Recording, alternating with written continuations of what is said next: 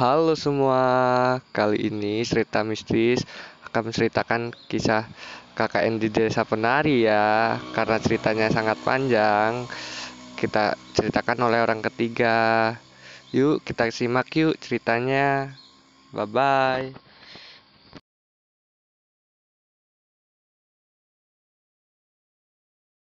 Ceritakan ada 6 mahasiswa dan mahasiswi yang akan melakukan KKN atau kuliah kerja nyata.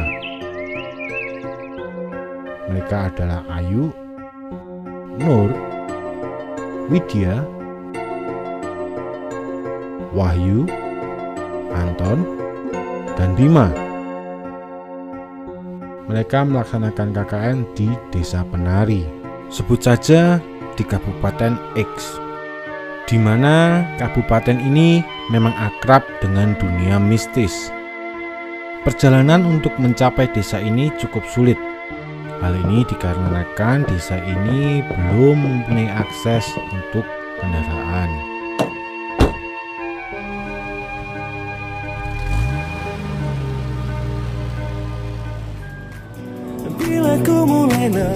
Karena perjalanan yang cukup panjang, Nur asik mendengarkan musik lewat Spotify.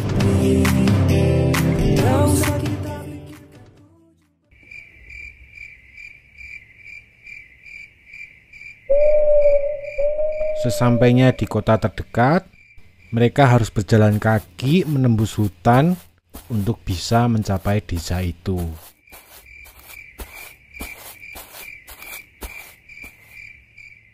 Di tengah perjalanan menuju desa itu, tiba-tiba Nur melihat seorang wanita cantik menari di tengah hutan.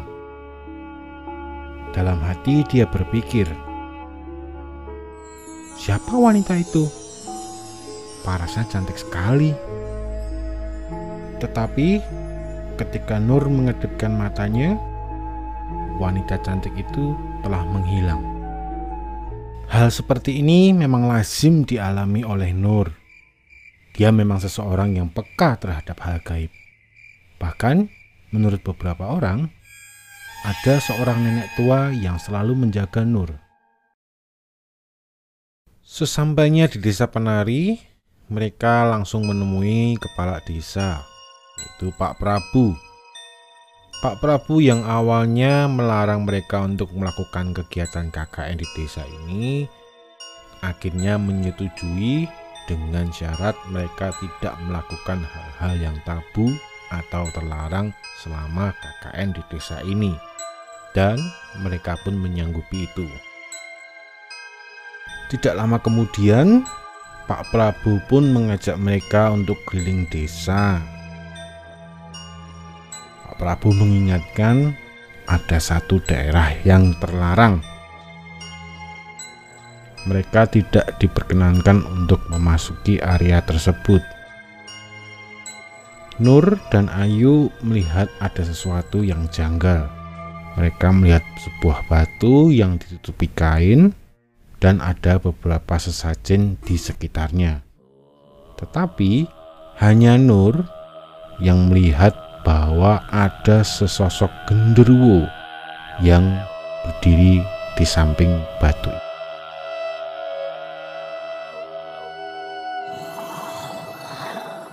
Setelah melihat penampakan genderuwo, tiba-tiba Nur merasa tidak enak badan.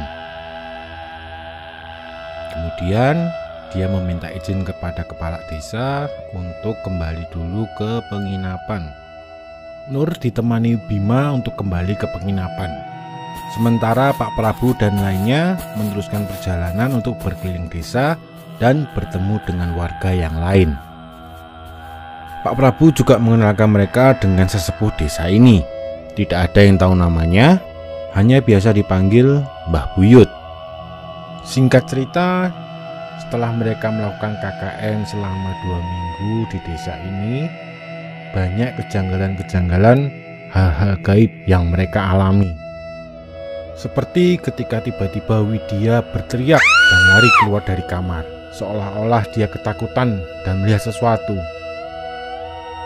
Akan tetapi ketika anak-anak bertanya, dia hanya diam, tidak bisa menjawab. Nur yang mengkhawatirkan kondisi Widya memberikan minum. Namun ketika Widya minum air pemberian Nur, tiba-tiba dia tersedak. Widya memasukkan jarinya ke dalam mulutnya, dan semua anak terkejut. Ada beberapa helai rambut panjang yang keluar dari mulut Widya.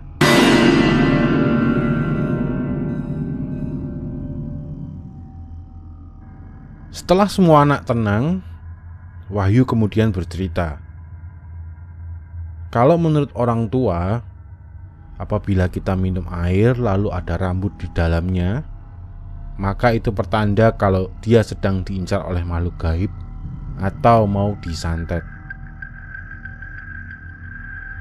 Namun, petaka berujung tragedi maut itu berawal ketika Wahyu bercerita kepada Nur bahwa dia sering melihat Bima malam-malam keluar dari penginapan dan entah pergi kemana. Dan tidak cuma itu saja, bahkan Bima terlihat menabur bunga dan memasang sesajen dengan foto Widya. Nur yang kenal baik dengan Bima meragukan cerita Wahyu, karena menurut Nur, Bima itu sosok yang agamis. Dia tidak mungkin berbuat macam-macam. Namun sikap Nur mulai berubah ketika suatu hari ia tidak sengaja melihat Bima dan Ayu bertengkar. Nur mulai yakin ada sesuatu yang disembunyikan oleh Bima. Akhirnya Nur memberanikan diri untuk masuk ke kamar Bima. Dia ingin memastikan apakah semua yang dikatakan oleh Wahyu benar adanya.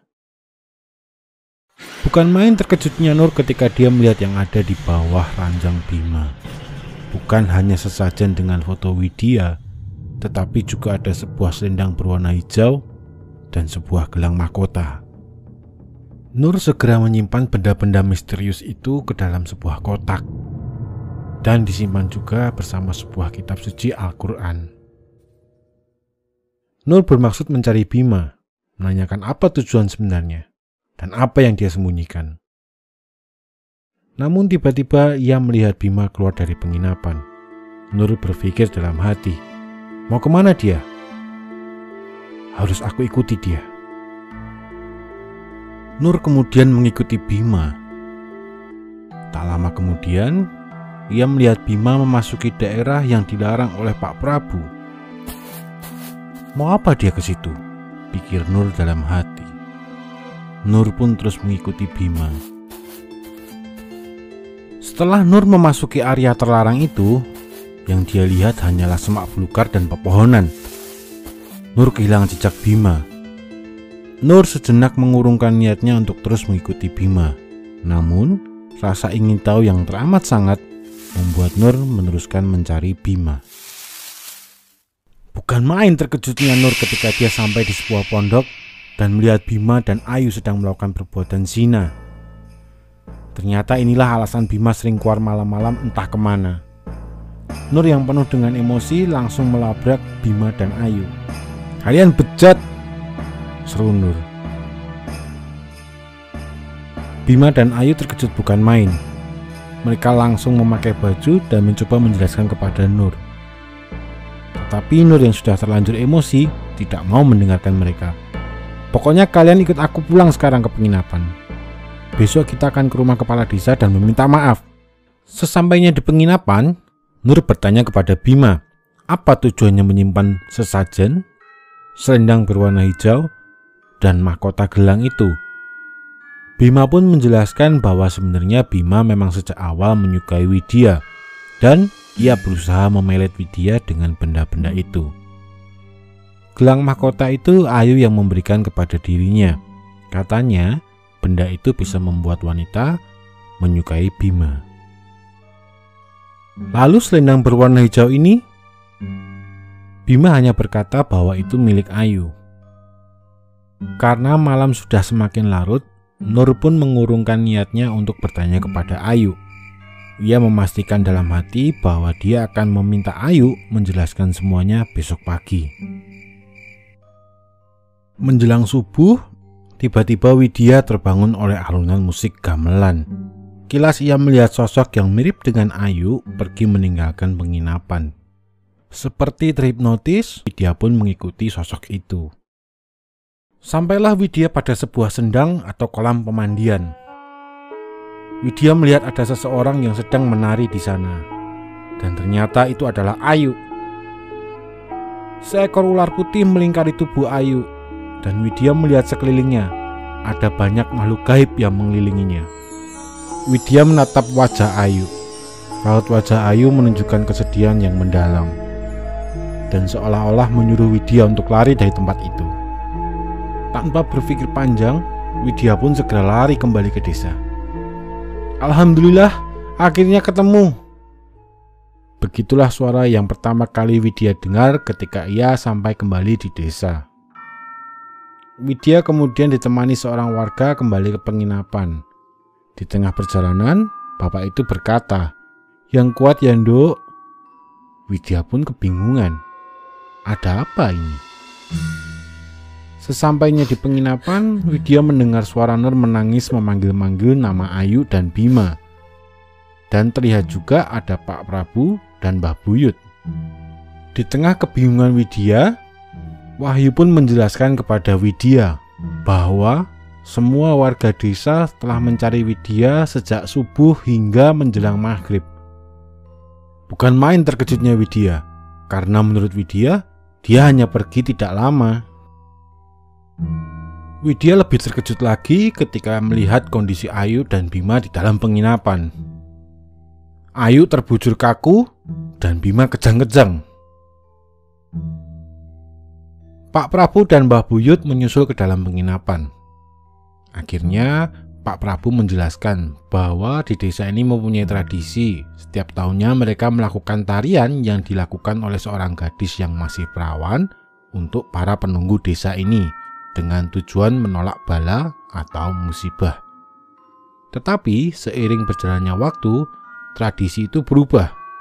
Gadis yang menari kemudian dijadikan tumbal. Mbah Buyut menambahkan bahwa penunggu desa ini sepertinya sejak awal mengincar Widya atau Ayu. Namun karena Ayu dilindungi oleh sesosok nenek tua, akhirnya mereka mengincar Widya. Sedangkan Ayu dan Bima hanyalah pelantara. Selendang dan gelang mahkota itu pemberian penunggu desa ini untuk mempengaruhi Widya.